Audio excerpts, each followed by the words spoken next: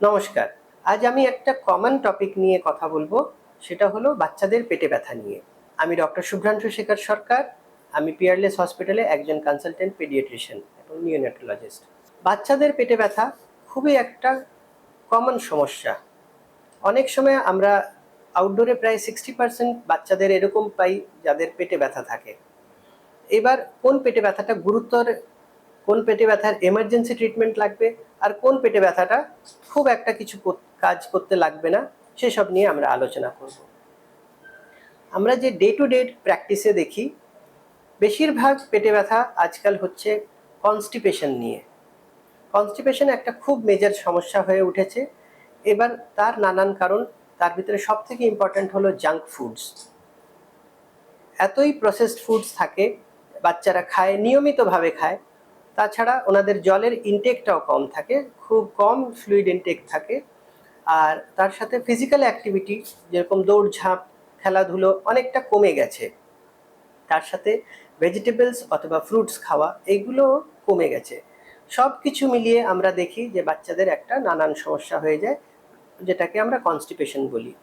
যদি আমি definition wise বলি, তো ধরুন 3 দিনে একবার যদি কারোর কষ্ট করে পায়খানা হয়, তাকে আমরা কনস্টিপেশন বলবো। এবার কনস্টিপেশনের উপায়ও আমরা বলতে পারি যে সাধারণ জিনিস, যেটা আমরা বাড়িতে যেই জিনিসগুলো পাই, তাতেই ওর চিকিৎসা করা যায় বেশিরভাগ ক্ষেত্রে। যেটা করতে হবে যে বাচ্চাদের রেগুলার জলটা বেশি করে খাওয়াতে হবে, বেশি পরিমাণে। বেশি পরিমাণ মানে এতটা থাকবে যাতে ওর অন্তত পেচ্ছাপটা প্রত্যেক 4 থেকে 6 ঘন্টায় একবার ক্লিয়ার পেচ্ছাপ হয়। নিয়মিত আমি আমার পেশেন্টসদের বলি যে রোজ একটা করে ফল খাবে, আর ভেজিটেবলসের হিসেবে বাড়িতে যেটা রান্না হবে সেটাই খাওয়াতে হবে। কোনো অ্যাডিশনাল এক্সট্রা যে আমাদের করতে হবে সেটা নয়, সিম্পল রান্না, বাড়ির রান্না খেলেই হবে। আর খাওয়ার সময় কোনো স্ক্রিন দেখলে হবে না, কোনো টিভি, মোবাইল জাতীয় জিনিস খাওয়ার সময় যাতে না থাকে।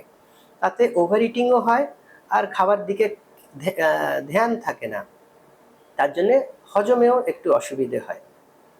এর সাথে খেলাধুলোকে ইম্পর্টেন্স দিতে হবে। আমরা সবাই জানি আজকাল পড়ার খুব চাপ, কিন্তু বাচ্চাদের উপযুক্ত সময় দিতে হবে যাতে ওরা দৌড়ঝাঁপ, খেলাধুলো বয়স হিসেবে যতটা করা উচিত সেসব করতে পারে।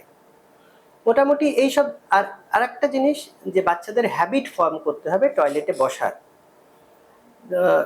যার যেরকম স্কুল টাইমিং, সেই হিসেবে একটা পারফেক্ট টাইম অ্যাডজাস্ট করে নিতে হবে যে হ্যাঁ, অমুক সময় আমরা টয়লেটে গিয়ে বসবো, ইররেসপেক্টিভ পার্টি হোক আর না হোক। আচ্ছা, আর একটা কমন সমস্যা আমরা দেখি পেটে ব্যথার কারণ, সেটা হলো ওয়ার্ম ইনফেস্টেশন, কৃমি। কৃমির জন্য যেটা দেখি, বাচ্চারা অনেক সময় পেটে ব্যথা নিয়ে ভোগে। তো যেটার মূল কারণ হলো বাচ্চাদের হাইজিনের সেন্স। অনেক সময় বাচ্চাদের দেখি আমরা মুখে আঙুল দিয়ে থাকে, নখ কাটতে থাকে, কামড়াতে থাকে। এবার নখে যতই জার্মস থাকে, যতই কৃমির ডিম থাকে, সেগুলো আবার সলো হয়ে যায়, আবার পেটে গিয়ে আবার ওটা নতুন কৃমি সৃষ্টি হয়। সেই ক্ষেত্রে ওই একটা সাইকেল অনবরত চলতেই থাকে, যার জন্য পেটে ব্যথা মাঝে মাঝে হয়। আমরা সেই সব ক্ষেত্রে সাজেস্ট করব যে ওনাদের বাচ্চাদের পিরিয়ডিক ডিওয়ার্মিং, মানে প্রত্যেক 6 মাস অন্তর অন্তর একবার কৃমির ওষুধ দেওয়া যেতে পারে।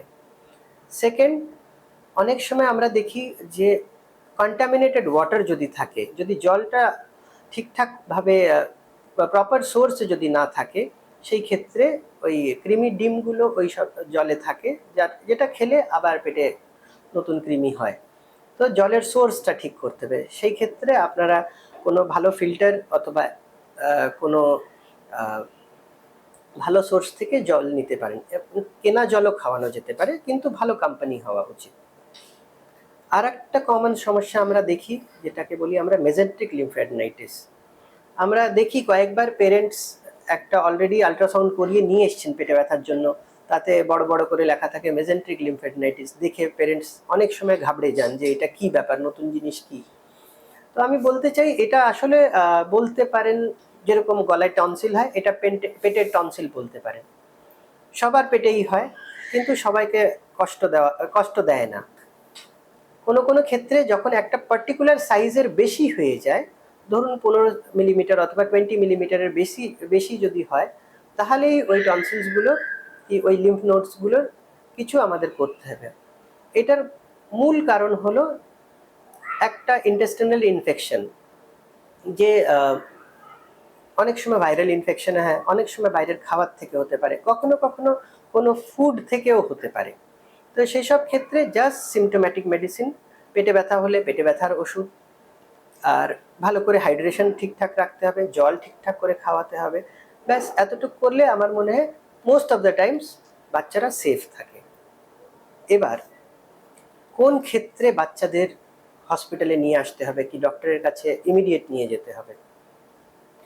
একটা হলো যেই বাচ্চা বলতে পারে না, তারপরে যেই বাচ্চা 5 বছরের নিচে, পেট ব্যথার জন্য এরকম যে রাতের ঘুম নষ্ট হয়ে যাচ্ছে, নাভি ছাড়া পেটের অন্য কোনো জায়গায় কোনো একটা সাইডে যদি ব্যথা হচ্ছে, ধরুন পেটের ডান দিকের কোনায় ব্যথা হচ্ছে অথবা পিঠে ব্যথা হচ্ছে, পেট ব্যথার থেকে ছড়িয়ে গিয়ে ওটা পিঠে কিংবা কাঁধে ব্যথা হচ্ছে, শোল্ডারে, সেসব ক্ষেত্রে ওগুলো ইম্পর্টেন্ট। কখনো কখনো যদি পিত্ত বমি অথবা রক্ত বমি অথবা পায়খানায় রক্ত যদি আসে, সেই জিনিসগুলো ইম্পর্টেন্ট। যদি কারোর ফ্যামিলিতে আমরা দেখি স্ট্রং একটা ইন্টেস্টিনাল ইনফ্ল্যামেটরি ডিসঅর্ডার, যেরকম ধরুন ক্রনস ডিজিজ বলি, সিলিয়াক ডিজিজ বলি, এরকম যদি কিছু থাকে তখন যোগাযোগ করতে হবে। কারুর ধরুন দেখেই দেখছি যে বাচ্চা একদম নেতিয়ে পড়েছে, সেই সব ক্ষেত্রে ইমিডিয়েট নিয়ে আসতে হবে, ইমিডিয়েট কোনো ডক্টরের সাথে যোগাযোগ করতে হবে। তো আমরা কয়েকটা কমন কারণ দেখলাম যেটার জন্য বাচ্চাদের পেটে ব্যথায় ভোগে, সমস্যায় ভোগে, আর কয়েকটা এমার্জেন্সি সিমটমস দেখলাম। তো আমাদের যেটা দরকার as a parent, as a guardian, যে সব থেকে আগে দেখতে হবে যে ওয়েদার দিস ইজ সিরিয়াস কি নন সিরিয়াস। যেই পেটে ব্যথার জন্য রাতের ঘুম নষ্ট হচ্ছে, নাভি ছাড়া অন্য কোনো জায়গায় ব্যথা হচ্ছে, রক্ত কি পিত্ত বমি হচ্ছে, সেসব খুব ইম্পর্ট্যান্ট, খুব কশাসলি নিতে হবে। ওটা একটা সিমটম হলেও আমাদের ডক্টরের সাথে আলোচনা করতে হবে, দেখা করতে হবে। আমি অবশেষে এটা বলেই শেষ করি যে আপনারা সবাই ভালো থাকুন, সবাই সুস্থ থাকুন, নিজের বাচ্চাদের ভালো করে খেয়াল রাখুন, ওনাদের একটু হ্যান্ড হাইজিনের সম্পর্কে, যে কিভাবে হাত পরিষ্কার রাখতে হয়, কিভাবে বিশেষ করে খাওয়ার আগে হাতটা সাবান জল দিয়ে ধুতে হবে, কিভাবে সেফ ওয়াটার খেতে হবে, এইটুক অন্তত ওদের শিখিয়ে দিলে আমার মনে হয় এটা খুব ভালো হবে। Thank you.